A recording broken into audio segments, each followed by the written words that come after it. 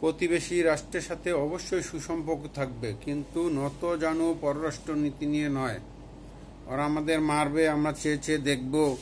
ওরা আমাদের সীমান্তে বিডিআরদের মারবে, সাধারণ পাবলিককে মারবে, আর আমাদের বিডিআররা চেয়ে চেয়ে দেখবে। সমানে সমানে বেঁচে থাকতে চাই, লাগলে 3 বেলার জায়গায় 2 বেলা খেয়ে থাকব। বাংলাদেশকে অবশ্যই পারমাণবিক সমৃদ্ধ রাষ্ট্র হিসেবে দেখতে চাই। যে সরকারেই আগামী সামনে নির্বাচনে কিংবা এই প্রতিশ্রুতি নিয়ে আসবে, তাদেরকে আমরা সামনে নির্বাচিত করতে চাই।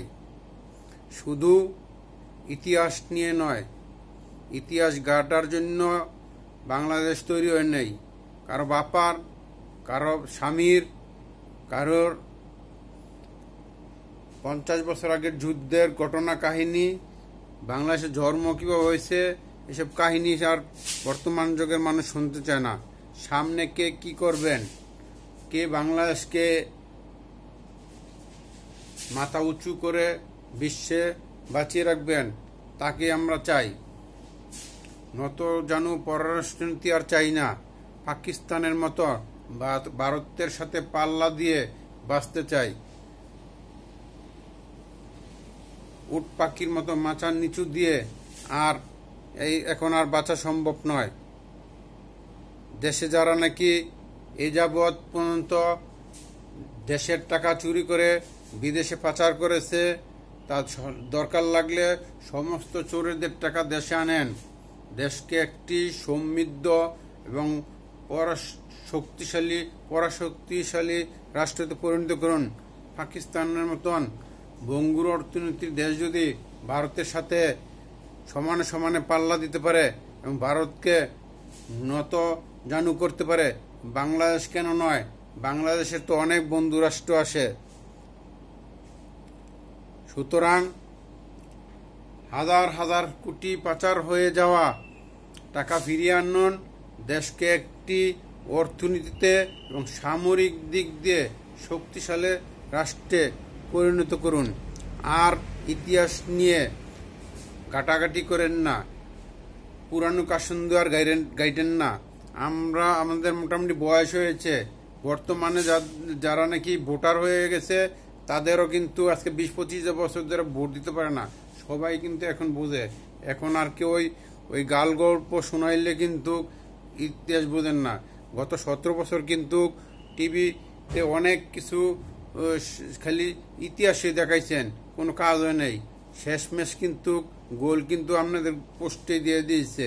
এখন আর ভবিষ্যৎ প্রজন্মকে সব ইতিহাসের গালগপ্প না শুনিয়ে সামনে কে কি করবেন, কে চাঁদে নিয়ে যাবেন, কে মঙ্গল গ্রহ নিয়ে যাবেন, কে দেশকে অর্থনীতি সমৃদ্ধ করবেন, কে পারমাণবিক শক্তিধর রাষ্ট্র হিসেবে গড়ে তুলবেন, এই ধরনের প্রতিশ্রুতি দেন।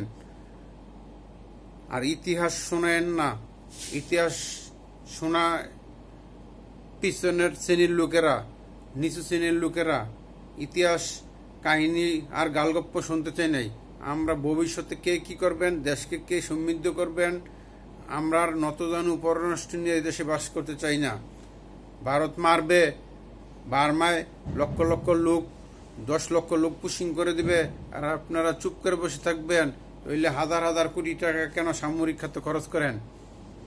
এর লাভ কি, ফয়দা কি? তাহলে যদি ভারত আমাদের সাথে 1000 গুণে শক্তিতে সমৃদ্ধ, তাহলে যদি এই ভারতের সাথে তো তাহলে আমরা কোনো যুদ্ধে পারবো না। তাহলে আমাদের আর্মি পাইলে লাভ কি? আমাদের সীমান্তে মাত্র 2টা দেশ, এক ভারত। ভারত আমাদের সাথে 1000 গুণে শক্তি সমৃদ্ধ। যার নাকি পারমাণবিক বোমা আছে আর যার নাই, সে কিন্তু 1000 গুণে শক্তি সমৃদ্ধ। তাহলে সাথে আছে কেটে বার্মা, 2টা দেশই তো। তাহলে বার্মা আমাদের দেশে 10 লক্ষ লোক পুশিং করে দিল। এটা আরো 10 বছর আগের কথা। আমার মনে হয় 10 বছরে এরও আগে 7-8 লক্ষ লোক পুশিং করা হয়েছে। আমার মনে হয় এই কয় বছরে আরো 10 লক্ষ লোক বাংলাদেশে থেকে ওরা জন্মগ্রহণ করেছে। তাইলে যদি আমার সাথে আমি কি গিয়া ইটালির লগে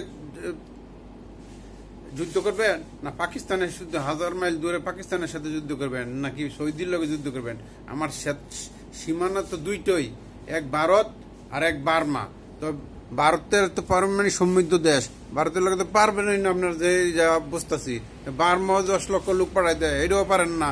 তাহলে আপনি কি জন্য আমরা আর্মি পালবো? তাহলে আমার কথা হইল পারমাণবিক শক্তিধর রাষ্ট্রে পরিণত হন, ভারতের সাথে পাল্লা দিতে শিখুন। ভারতের সাথে পারমাণবিক বোমা বানাইলে যে ওদের সাথে যুদ্ধ করবে এমন না, ভারত হলে আমাদের ভয় পাইব। ধন্যবাদ সবাইকে।